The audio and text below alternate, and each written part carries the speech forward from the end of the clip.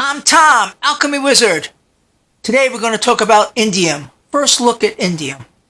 Indium is a nutrient that is pretty much out of our bodies by the age of 25.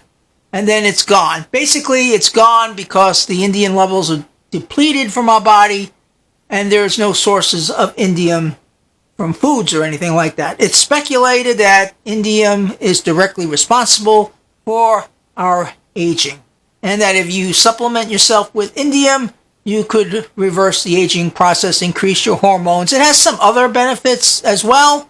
So it's a metal that I've looked at and wanted to work on for a while. Finally got all of the stuff together to work on it. So let's walk through the process of indium using plasma arc. That was my first choice because that's the way I like making my colloidals. A follow-up show will show how to make indium using low voltage electrolysis, if it's possible to make it that way.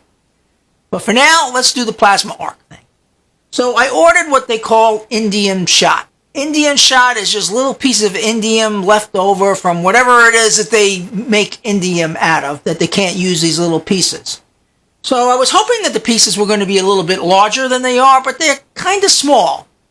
And that kind of put me off. I was like, well, what am I going to do about this if they're kind of small? I mentioned my dilemma to my chemist, and she said, the melting point of indium is low, 150 degrees C and 315 degrees Fahrenheit. You could probably just heat it up and melt it.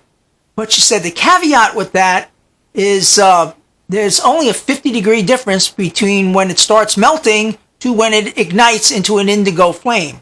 I said, well, yeah. So she says it makes it hard. You really can't use a Bunsen burner to melt indium, or you shouldn't use a Bunsen burner or any kind of flame to melt indium. And even, I'm thinking to myself, the hot plates and stuff, as soon as they turn on, they flash up in heat. And that could be more than 50 degrees, and we could have a problem trying to melt this.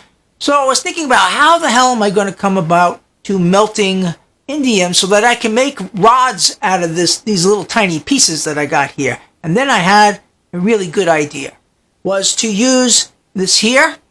I turned the plate here to 213 degrees Fahrenheit, let that stabilize for a while, and then I made now 213 degrees Fahrenheit is just a little bit over the flaming point for indium. But that's okay. The reason I just had to turn a little higher, because I made this little mold here out of tinfoil. Tinfoil has a much higher melting temperature.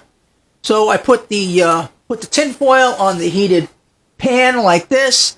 I filled it with the little indium pieces and waited for the temperature to come up on there. Came up to about 180 degrees C, and it melted quite nicely. And it took about 5 minutes to get that heat to transfer from the plate of the stirrer to the tinfoil, but that's okay. Once it was at that point, I pulled this off. It cooled quite quickly, and then I took a pair of pliers and molded it so that these pieces that I got would fit into the glass tubes like this. Then I wrapped copper wire around the top of it, and in there it sat with all connected up. And then I turned on the power, and lo and behold, the indigo flame, I'm going to call it, was seen. Beautiful purple-ish, violet-ish flame came from this plasma arc. I ran it for 1 minute and 39 seconds. I think this is over a 20 parts per million solution. The thing with this, it was probably the easiest metal for me to make a colloidal out of. I probably could have continued cooking this to make 150 parts per million solution. That's how vigorous this arc was. Most colloidal metals, when we make them with plasma arc, the most I could get in there is 20 parts per million, and then the spark just dwindles down to nothing. This spark was going like crazy, and we were over 20 parts per million. And so that brings up two ways that this possibly could be made. It could be made as a colloidal drink, where you take like a teaspoon or so of it, or it could be cooked to a really high concentration and put in little eyedropper bottles and just do a couple drops. You don't have to experiment with the delivery method that way. And of course, this image is hour 0. So we don't know how stable this colloidal is going to be. Not going to know that for a few days. So I'm going to watch it, and I will give you some daily updates in the community page on how stable the indium is, and we'll take it from there. Stay tuned. I'm Tom, Alchemy Wizard.